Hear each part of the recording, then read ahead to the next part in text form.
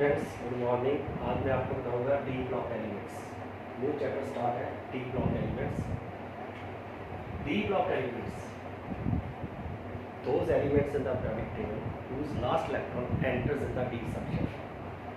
आपको पता है हमारे पास चार सेक्शन होते हैं, S section, T section, D section and F section. जब हम इलेक्ट्रॉनिक कॉन्फ़िगरेशन देखते हैं तो एलिमेंट का लास्ट इलेक्ट्रॉन जिस सेक्शन में जाता है उसको उसी ब्लॉक के हिसाब से डिवाइड किया गया है।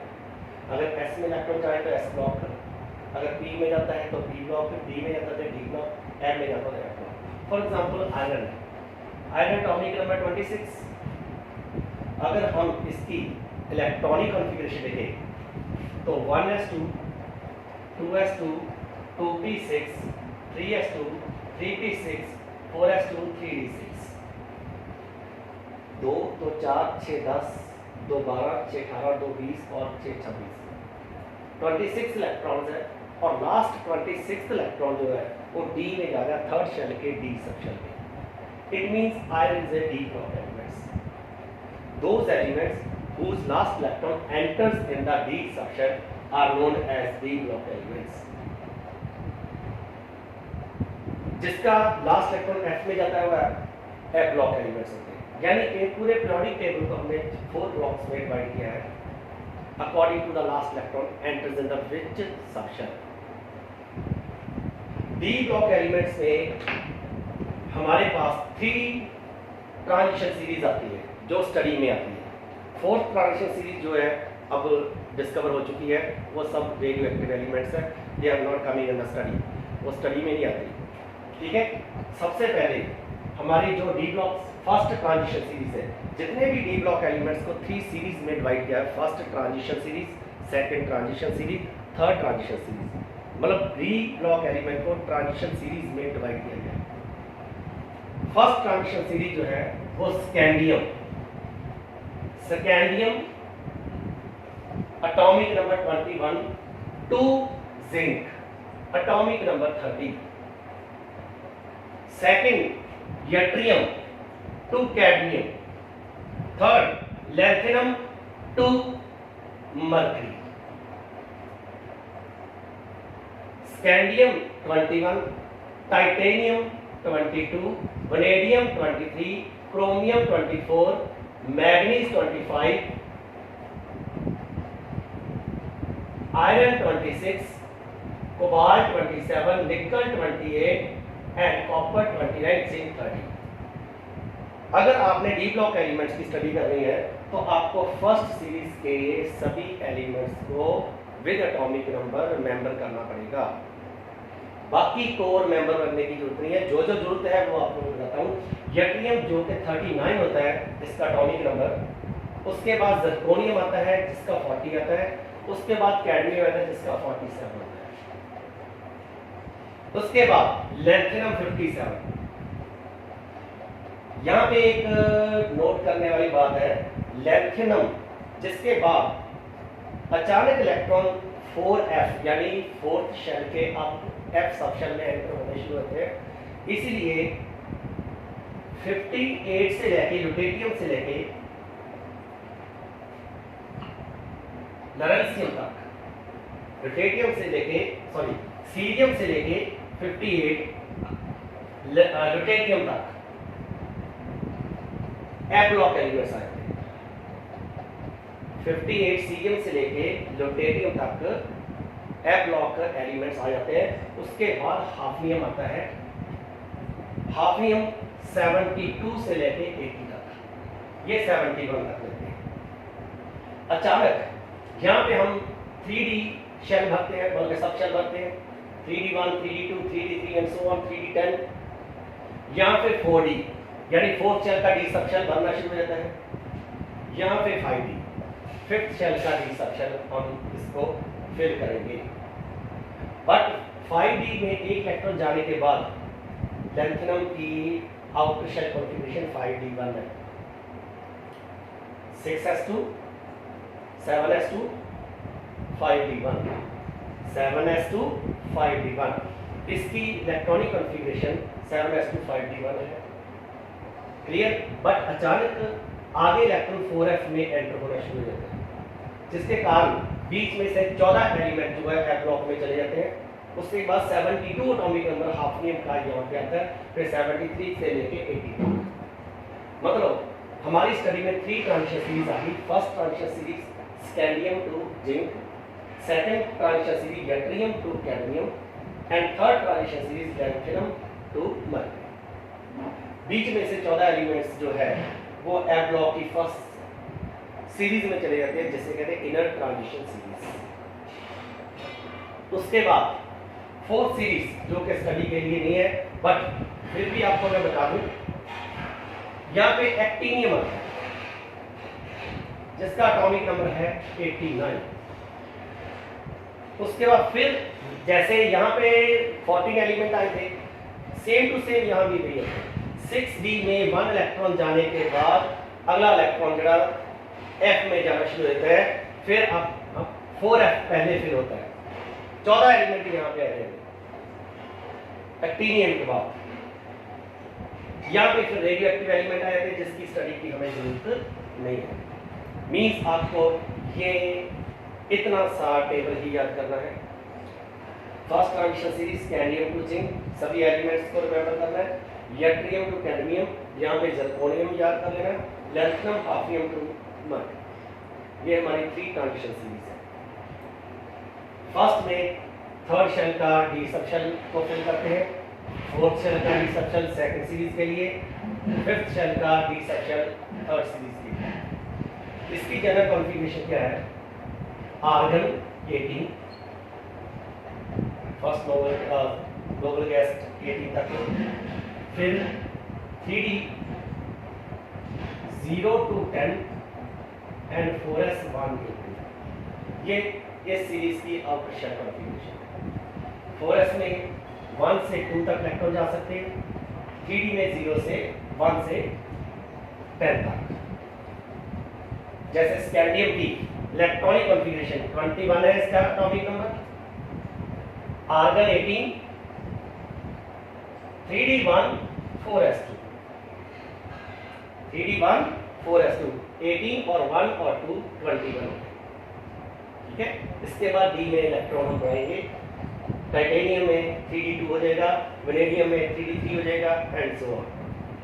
जिंक तक जाते जाते 3d10 4s2।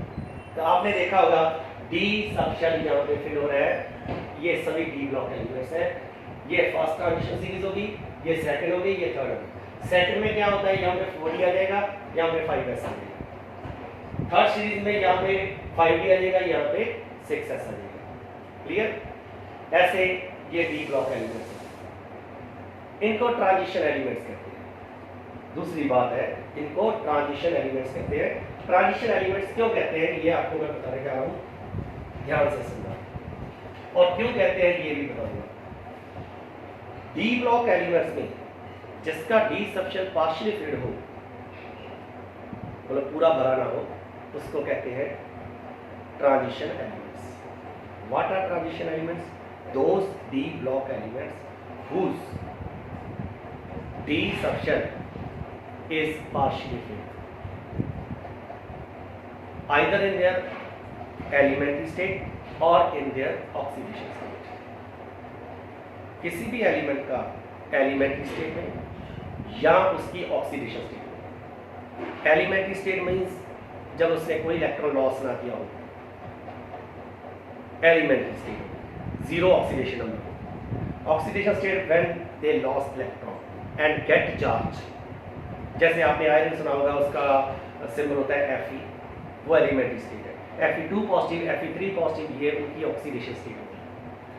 किसी भी स्टेट में अगर किसी एलिमेंट का, डी ब्लॉक एलिमेंट का डी सबशेल पार्शियली फिल्ड है, not fully filled, not completely filled, then it is called transition element. Otherwise it is not a transition element.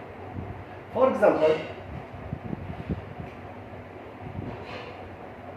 हम बात करते हैं आयरन की। अभी हमने बात की थी आयरन की, जिसका एटॉमिक नंबर है 26। अगर इसकी कॉन्फ़िगरेशन है ऑर्बिटल वाइज, पहले आ जाएगा आर्गन 18, उसके बाद 3D 1 2 3 4 5, ये मैंने 5 बॉक्स जो बनाए हैं, ये ऑर्बिटल ग्रुप्स है डी सेक्शन के। ये हमारा हो गया 4s। 18 के बाद first electron enters in the 4s, क्योंकि अबव रूल के मुताबिक n प्लस n रूल के मुताबिक 4s की एनर्जी कम होती है, ये पहले बनता है, उसके बाद 3D की बारी होती है। पहले 4s भरेंगे, कैसे? 4s जिसका प्रिंसिपल क्वांटम नंबर की वैल्यू 4 है और एजीमुथल क्वांटम नंबर की वैल्यू 0 है s के हिसाब से, तो ये बन गया टोटल 4। 3D जिसके प्रिंसिपल क्वांटम नंबर की वैल्यू 3 है और d सबशेल की एजीमुथल क्वांटम की नंबर 2 है और टोटल बन गया 5। More is the addition, more is the n plus n value, more is the energy. ये रूल है Bohr Bury. n plus value जिसकी ज्यादा होगी उसकी एनर्जी ज्यादा आती है, n प्लस वैल्यू जिसकी कम होगी उसकी एनर्जी कम होती है।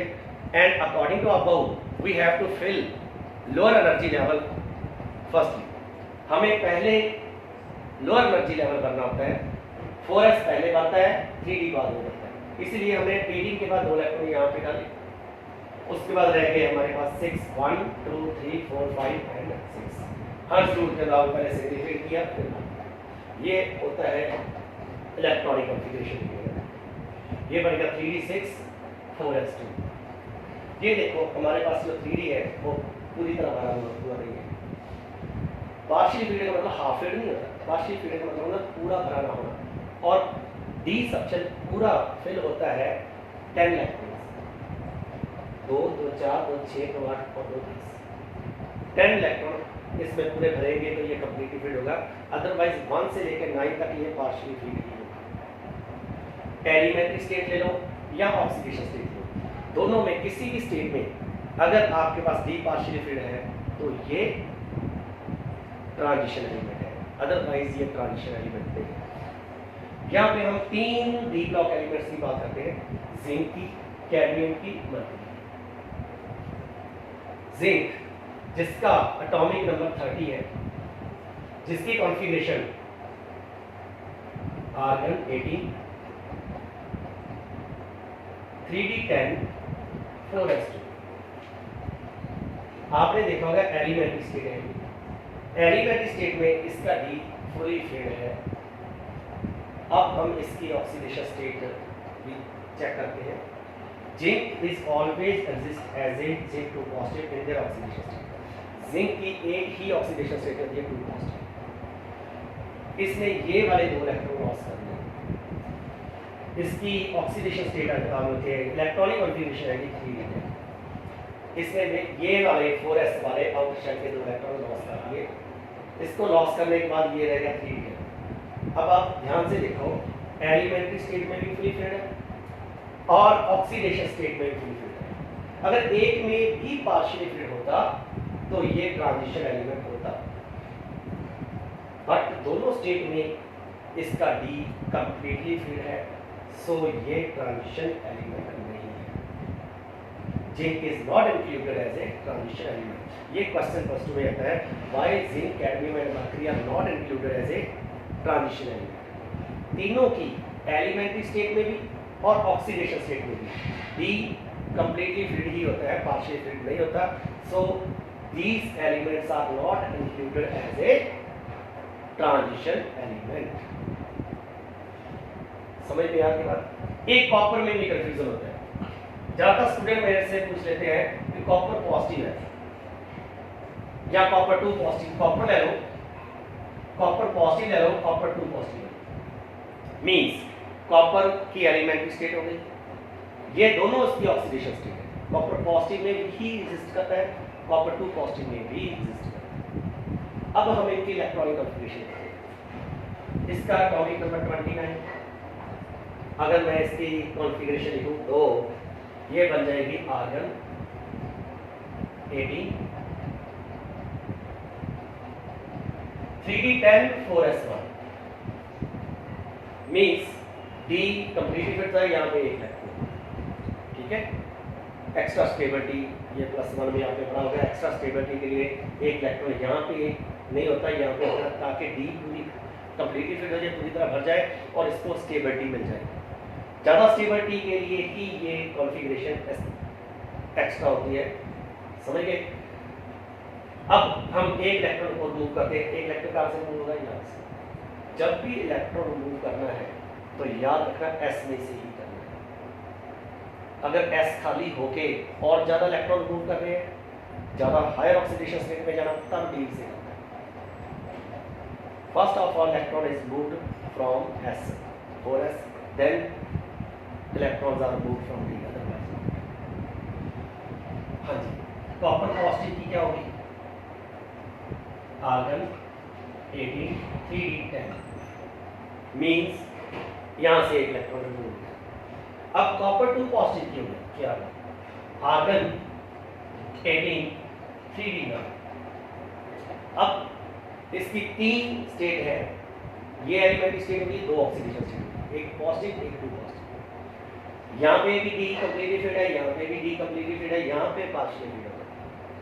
और मेरी डेफिनेशन के अकॉर्डिंग किसी भी स्टेट में अगर पार्शियल फिट है तो वो ट्रांजिशन एलिमेंट ही होगा। आपने एक नहीं देखी, आपने इसकी सभी ऑक्सीडेशन स्टेट देखी। अगर सभी में कंप्लीटली फिट है तभी ये ट्रांजिशन एलिमेंट नहीं होगा, अदरवाइज एक में भी ये पार्शियल फिट है तो ये ट्रांजिशन एलिमेंट है। सो कॉपर का कंफ्यूजन दूर हो गया, ये ट्रांजिशन एलिमेंट है। क्लियर हो गया। अब मैं एक और आपको चीज बता दूं, शायद वो आपको बुक्स में ना मिले, उसके लिए मुझे एक क्वेश्चन पूछना पड़ेगा आपसे। हम कहते हैं according to Aufbau principle, Aufbau principle के हिसाब से जब हम कॉन्फ़िगरेशन इलेक्ट्रॉन अरेंज करते हैं तो इंक्रीजिंग एनर्जी के हिसाब से करते हैं, ये आपको पता होगा। फर्स्ट ऑफ ऑल स्टार्ट करते हैं लोएस्ट एनर्जी लेवल से। We fill the electrons in the orbitals according to their energy levels, increasing energy level starting from the lowest energy level। वो एनर्जी हम निकालते हैं n+l वैल्यू के हिसाब से, जिसको बोहर बरी रूल कहते हैं। बोहर बरी रूल, n+l वैल्यू, जिसकी n+l वैल्यू कम हो उसकी एनर्जी कम है, जिसकी n+l वैल्यू ज़्यादा हो उसकी एनर्जी ज़्यादा है। अगर दो सब शेल की सेम n+l वैल्यू हो तब n की वैल्यू कंपेयर करेंगे प्रिंसिपल क्वांटम नंबर की। Lower value of n have lower energy and higher value of n has higher energy. Clear. देखो उसके हिसाब से सबसे पहले आता है 1 + 0 सबसे कम वैल्यू है n+n। उसके बाद आता है 2s, फिर 2p, फिर 3s, फिर 3p, फिर 3p के बाद हमारे पास आता है 4s। जबकि थर्ड शेल में अभी डी सबशेल बाकी है। फर्स्ट शेल में ओनली एस सबशेल होता है, सेकंड शेल में 2 सबशेल होते हैं, एस एंड पी, छोटा शेल होता है। थर्ड शेल का साइज और बढ़ जाता है, 3s 3p एंड 3d भी आता है।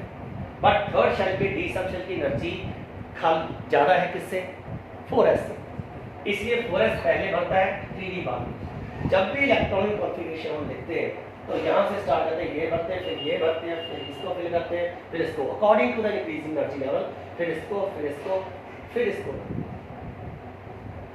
लिखते भी ऐसे ही। बट आपने देखा होगा जैसे आयरन है, जिंक है, जितने भी डी ब्लॉक एलिमेंट्स हैं, फॉर एग्जांपल फिर हम आयरन को ही करते हैं Fe26, इसमें 2 होंगे, 2 2 4 6 10 2 12 6 18, इसको भरेंगे 2 20 हो जाएंगे और फिर 6 इलेक्ट्रॉन्स लेंगे। ये आपको पता है, मैं आपको कंफ्यूज नहीं करता, ये आपको पता है। बट जब हम इसकी कॉन्फ़िगरेशन बुक्स में देखते हैं या लिखते हैं तो ऐसे ये गलत हो जाती है। हम इसको आर्गन डालेंगे, ये नोबल गैस बन गई आर्गन। हमें सिर्फ आउटर शेल कॉन्फ़िगरेशन ही लेनी है। आर्गन लेके 3d6 पहले लेते हैं, 4s2 बाद में की का क्या कारण है, 4s2 को बाद में लिखने का क्या कारण है। 3d6 पहले लिखते हैं और जब इलेक्ट्रॉन निकालते हैं तो यहां से क्यों नहीं निकालते, 4s तो पूरा भरा हुआ, 4s तो फेल है। s में एक ही ऑर्बिटल होता है, इसमें 2 इलेक्ट्रॉन जा सकते हैं, तो फिर इलेक्ट्रॉन हम इसमें से क्यों नहीं निकालते, जबकि इसकी एनर्जी ज़्यादा होती है, ये बाद में बनता है। तो आपको मैं बता दूं, जब एक इलेक्ट्रॉन डी में जाता है तो इसकी एनर्जी कम हो जाती है 4s से। भरने से पहले 4s की एनर्जी कम होती है 3d से, but after filling one electron in D, means कहने का मतलब है अगर डी में इलेक्ट्रॉन प्रेजेंट हो तो इसकी एनर्जी कम होती है 4s से, इसीलिए कम एनर्जी वाले ऑर्बिटल को पहले लेते हैं, इसको बाद में लेते हैं। कम एनर्जी वाला जो भी ऑर्बिटल है वो न्यूक्लियस के साथ ज़्यादा स्ट्रांगली अट्रैक्टेड होता है, इसकी एनर्जी ज़्यादा है, ये कम अट्रैक्टेड है with the nucleus. So electrons are removed from s, then from d, first from s and then from d। ये आपको पता लग गया होगा। भरने से पहले 4s की एनर्जी कम होती है न्यूक्लियस वैल्यू के हिसाब से, ये पहले बढ़ता है, ये बाद में बढ़ता है। ये न्यूक्लियस के ज़्यादा नज़दीक होता है, ज़्यादा अट्रैक्टिव होता है, बट नहीं होता है। जब डी में इलेक्ट्रॉन जाते हैं तो इसकी एनर्जी कम हो जाती है, ये ज़्यादा अट्रैक्टिव होता है देन s। इसीलिए जब इलेक्ट्रॉन लॉस करने होते तो s में से लॉस होते हैं, तो ये ज़्यादा लूजली है, न्यूक्लियस के साथ इसकी अट्रैक्शन कम होती है, इसीलिए सबसे पहले इलेक्ट्रॉन हम यहाँ से निकालते हैं। जब भी इलेक्ट्रॉन लॉस करने होता तो पहले s खाली होगा, फिर d। और एक मैं आपको बता दूँ, अगर आपने ऑक्सीडेशन स्टेट में कॉन्फ़िगरेशन लिखनी है तो s को भूल जाइए। ऑक्सीडेशन स्टेट जैसे Fe3 positive, Fe3 positive means इसने 3 इलेक्ट्रॉन लॉस किए, मीन्स इसका एटॉमिक नंबर 26 था, मैंने 3 इलेक्ट्रॉन जो इसमें से सब्ट्रैक्ट कर दिए, ये रह गए 23 इलेक्ट्रॉन। हम इसको अरेंज कैसे करेंगे, आपको कुछ भी सोचने की जरूरत नहीं है, आप ऐसे ही आर्गन लिखेंगे, 18 इलेक्ट्रॉन आर्गन में होगी और इसमें से घटा दो, सब्ट्रैक्ट कर दो, 5 इलेक्ट्रॉन आएंगे, उसको हम डी में ही डाल देंगे।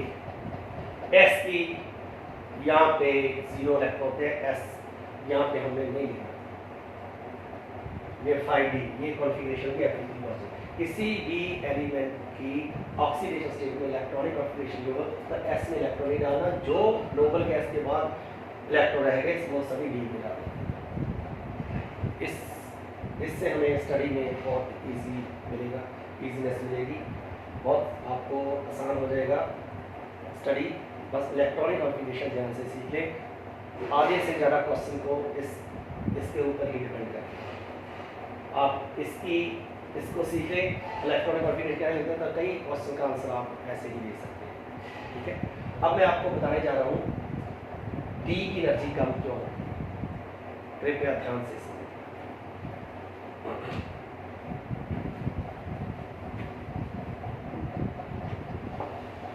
देखो ये हमारे पास हो गया न्यूक्लियस, कोशिश करूंगा आपको समझ आ जाएगा। ये आपका फर्स्ट शेल है, फर्स्ट शेल में कितने इलेक्ट्रॉन जाते हैं,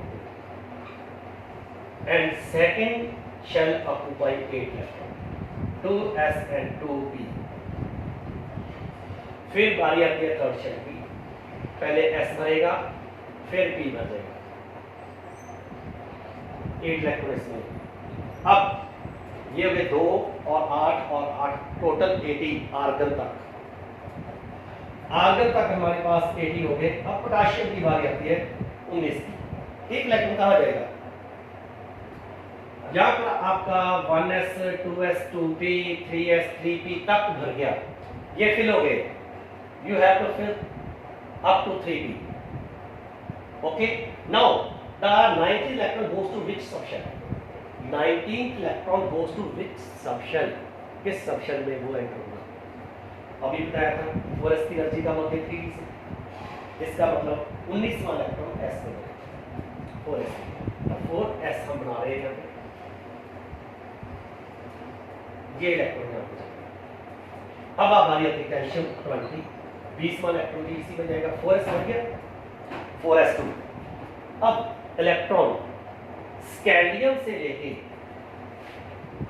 21, titanium 22, vanadium 23, chromium 24, manganese zinc तक 30। अब इलेक्ट्रॉन जो 10 इलेक्ट्रॉन है वो थर्ड शेल के डी सबशेल में जाने शुरू। क्या होता है जब इलेक्ट्रॉन डी में जाता है, ये इलेक्ट्रॉन चला गया,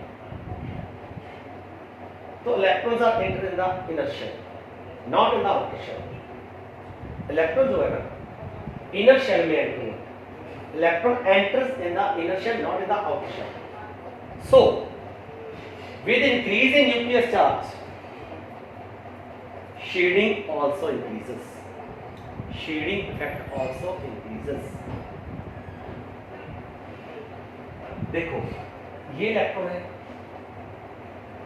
यहां पे पहले थे एक इलेक्ट्रॉन, अब हो गए 9, तो इन दो इलेक्ट्रॉन को शेडिंग मिलेगी, 9 इलेक्ट्रॉन से ज्यादा रिपल्शन मिलेगी, जिसके कारण साइज इसका शेडिंग पे डिपेंड करता है, इसका एटॉमिक साइज शेडिंग, क्योंकि न्यूक्लियर चार्ज भी बढ़ रहा है एटॉमिक नंबर, बट इलेक्ट्रॉन जो डी में जा रहे हैं, डी का शेडिंग फैक्टर वीक होता है, शेडिंग फैक्टर भी साथ में बढ़ रहा है, न्यूक्लियर चार्ज भी बढ़ रहा है, इसका मतलब दोनों ने काउंटर बैलेंस करना था, बट शेडिंग फैक्टर वीक होने के कारण साइज थोड़ा ज़्यादा कम हो जाएगा, न्यूक्लियर चार्ज का इफेक्ट बढ़ जाएगा, इफेक्टिव न्यूक्लियर चार्ज इंक्रीज हो जाएगा। अगर इलेक्ट्रॉन आउटर शेल में जाओ तो न्यूक्लियर चार्ज का इफेक्ट इंक्रीज होता है, तो साइज कम होता है, बट इलेक्ट्रॉन जा रहा है इनर शेल में, पेनल्टीमेट शेल कहते हैं इसको, ये है पेनल्टीमेट शेल, ये आउटर होता है, सबसे लास्ट वाला शेल आउटर शेल, उसके अंदर वाला शेल पेनल्टीमेट शेल, उसके अंदर वाला anti penultimate shell. Means electron जा रहा है पेनल्टीमेट शेल में, स्क्रीनिंग भी बढ़ रही है और न्यूक्लियर चार्ज भी बढ़ रहा है विद एटॉमिक नंबर, क्योंकि एटॉमिक नंबर इंक्रीज हो रहा है ना, 20 से 21, पहले 20 प्रोटॉन थे यहाँ पे, अब 21 हो गए, प्रोटॉन भी बढ़ा बट इलेक्ट्रॉन भी इनर शेल में बढ़ा। तो बताओ शेडिंग कहां पे बढ़ी? शेडिंग बढ़ी 4s के लिए, फोर्थ शेल के लिए, क्यों? इसके अंदर इलेक्ट्रॉन बढ़ा, इट मींस शेडिंग का प्रभाव फोर्थ शेल पे पड़ेगा। स्क्रीनिंग और शेडिंग एक ही बात होती है, इसका जो इफेक्ट है वो आउटर शेल में पड़ेगा, बट शेडिंग थोड़ी सी वीक होने के कारण, डी सबशेल की शेडिंग वीक होती है, उसका साइज बहुत बड़ा होता है, इलेक्ट्रॉन उतना रिपेल नहीं कर पाते आउटर शेल में, ओके, उसकी डेंसिटी कम होती है इलेक्ट्रॉन की डी सबशेल में, क्योंकि ऑर्बिटल का साइज बड़ा होता है, ऑर्बिटल का साइज बड़ा होने के कारण डी सबशेल की शेडिंग वीक होती है, इसका मतलब न्यूक्लियर चार्ज का इफेक्ट बढ़ गया, अगर न्यूक्लियर चार्ज का इफेक्ट बढ़ गया तो उसने फोर्थ शेल को नजदीक कीजिएगा, यानी इसका साइज थोड़ा कम हो जाता है, मींस स्कैंडियम जो है वो कैल्शियम से थोड़ा सा छोटा है।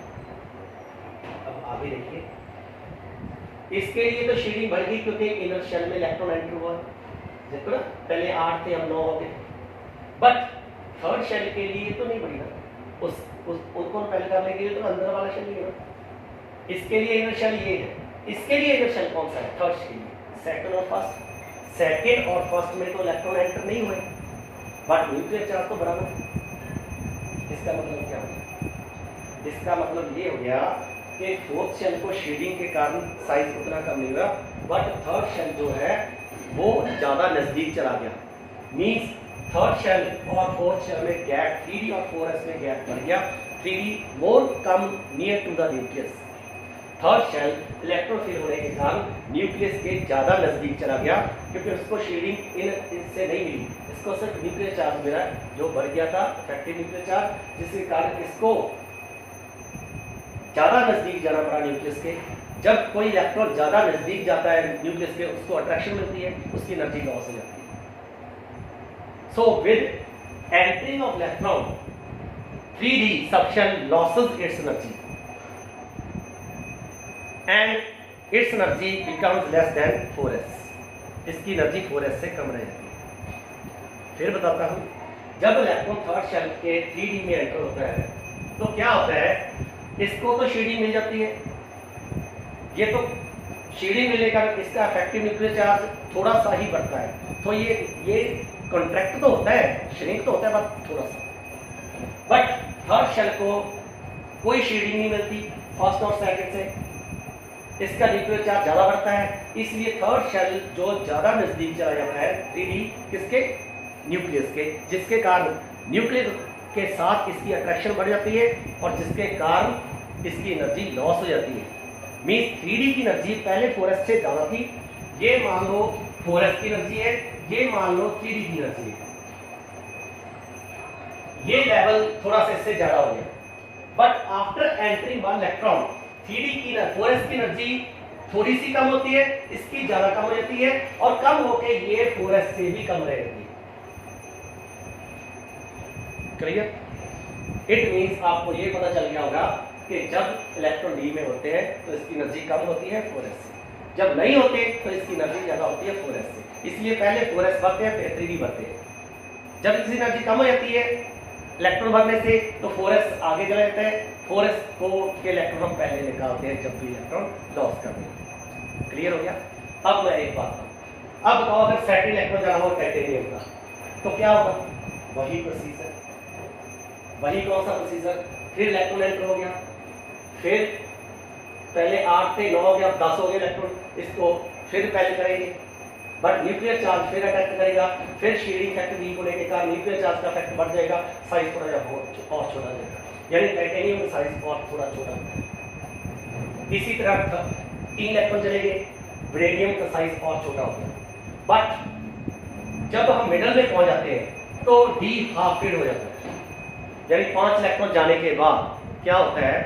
5 इलेक्ट्रॉन जाने के बाद इसकी शील्डिंग न्यूक्लियर चार्ज के साथ इलेक्ट्रॉन ज्यादा होने के कारण, मैंने बताया ना डी में, डी सबशेल में शील्डिंग डी क्यों होती है? क्योंकि उसका साइज बड़ा होता है, इलेक्ट्रॉन थोड़े होते हैं।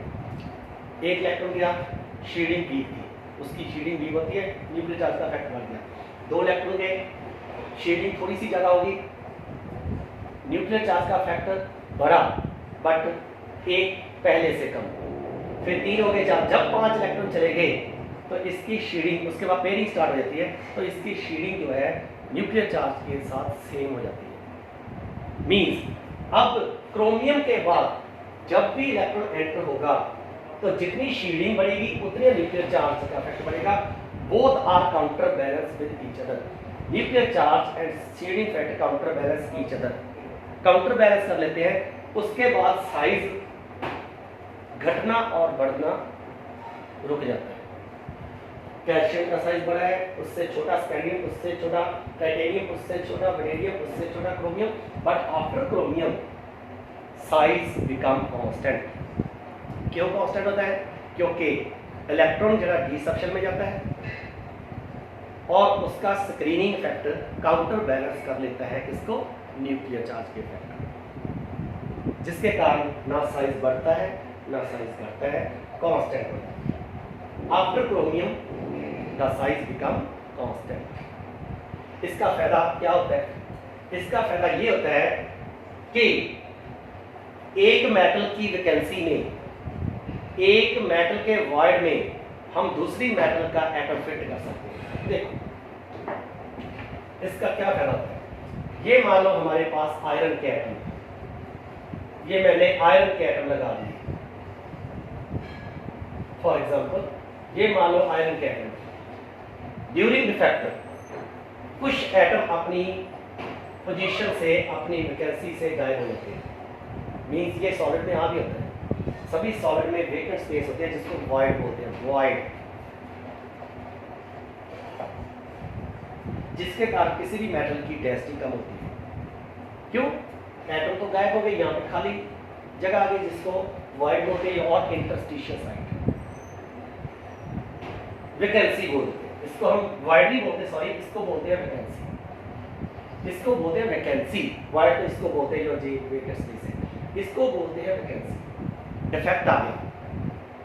अब आप ही सोचो, अगर इसको भरना हो तो इस एटम से नहीं भर सकते क्योंकि साइज में बड़ा है, इस एटम से नहीं भर सकते ये साइज में बहुत छोटा है, यानी इसमें तो वही फिट आएगा ना जो इस साइज के बराबर होगा। तो इनका साइज बराबर होने के कारण एक मेटल में हम दूसरी मेटल का, जैसे ये आयरन हो, ये आयरन हो, ये आयरन हो, ये आयरन हो, ये आयरन, यहाँ पे निकल भर दे, क्रोमियम भर दे, इस तरह इनका साइज सेम होने के कारण हम एक मेटल की वैकेंसी में दूसरे मेटल के एटम को फिल कर सकते हैं। इससे बन जाते हैं अलॉय। जैसे स्टेनलेस स्टील है, निकल, क्रोमियम और आयरन की बनती है। आयरन की वैकेंसी में निकल और क्रोमियम को फिल किया जाता है फिल क्यों हो जाते हैं? क्योंकि उनका साइज क्या है? सेम है। In this way transition element form alloys. ये भी एक क्वेश्चन बन गया, why transition form element form? Because mostly transition elements have similar size, so the atom of one metal can easily fit into the vacancy of the other metal. That is why transition elements form. Students, आपको आज का lecture पता लग गया होगा। जो भी doubt हो मुझसे पूछना, ठीक है? आज का लेक्चर यही बात करते हैं। Thank you very much.